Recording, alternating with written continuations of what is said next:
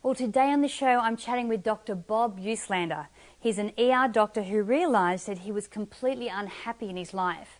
He's now living his passion by helping other doctors and other people from all walks of life to, number one, find their passion and to live a life on purpose. So enjoy this inspiring story.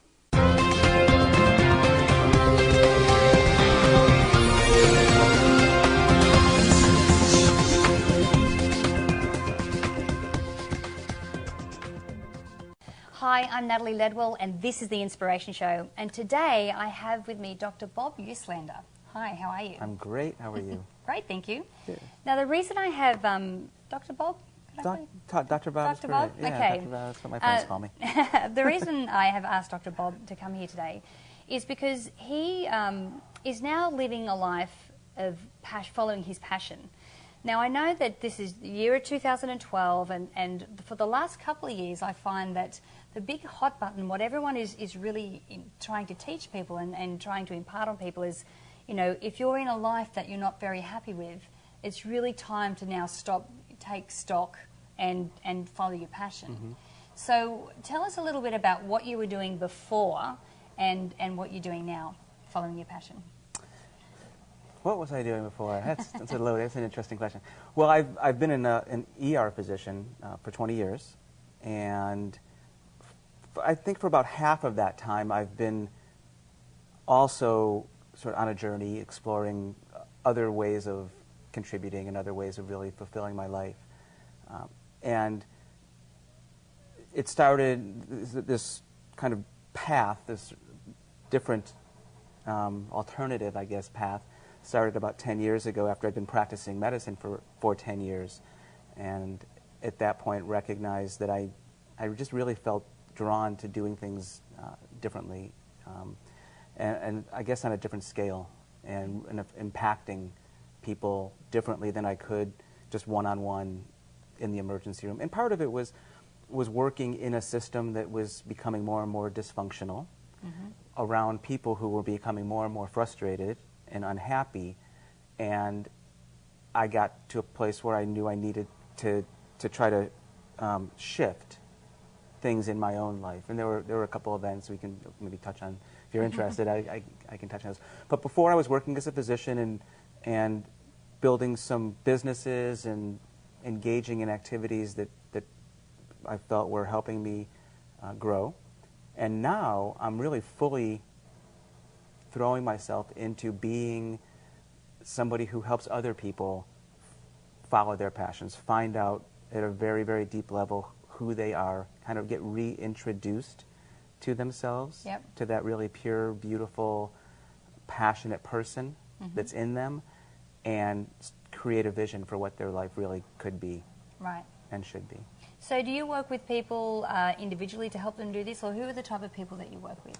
I work with individuals, I work with professionals. Mm-hmm. I started out really putting myself out there to serve doctors and other people in healthcare, mm-hmm. thinking that, well, I'm one of them, and I went from there to here. Yep.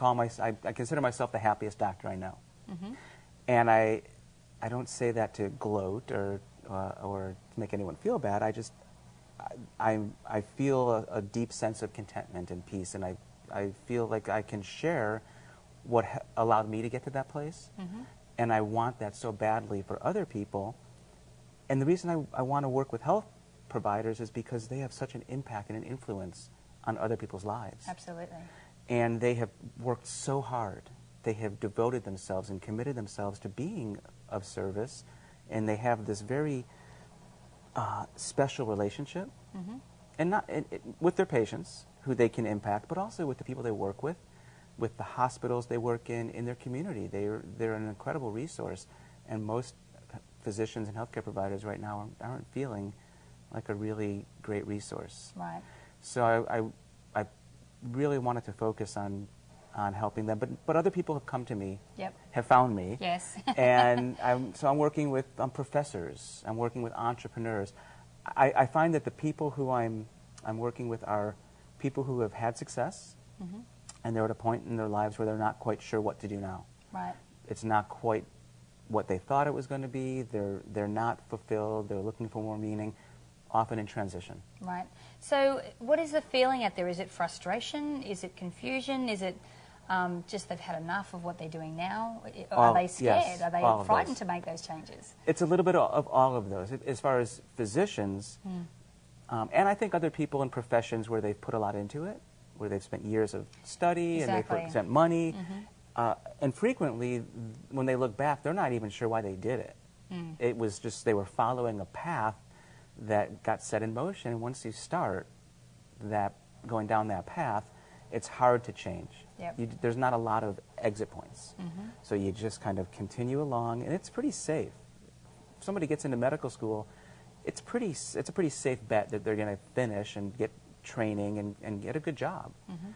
So they don't really, and they don't have time to consider alternatives. They don't have, they just, and they're also taught not to complain. That's the other thing with doctors, is they're taught just to suck it up. Yes, you're going to work 36 hours straight, and we don't want to hear any complaining. Yeah. So that carries on into other aspects of their life, and that it has an impact. And I think it's a similar thing with other professionals. I know I work with professors who are on this path, and they're just not, they're not feeling passionate. They're not quite sure how to find something that's going to give them more satisfaction. Right. So there's a feeling of being trapped. There's a feeling of, wanting something more meaningful, and just not knowing where to go, how to make a change or a transition. Right. How to evaluate what might be more aligned, how to have the conversations with the people in your life about it.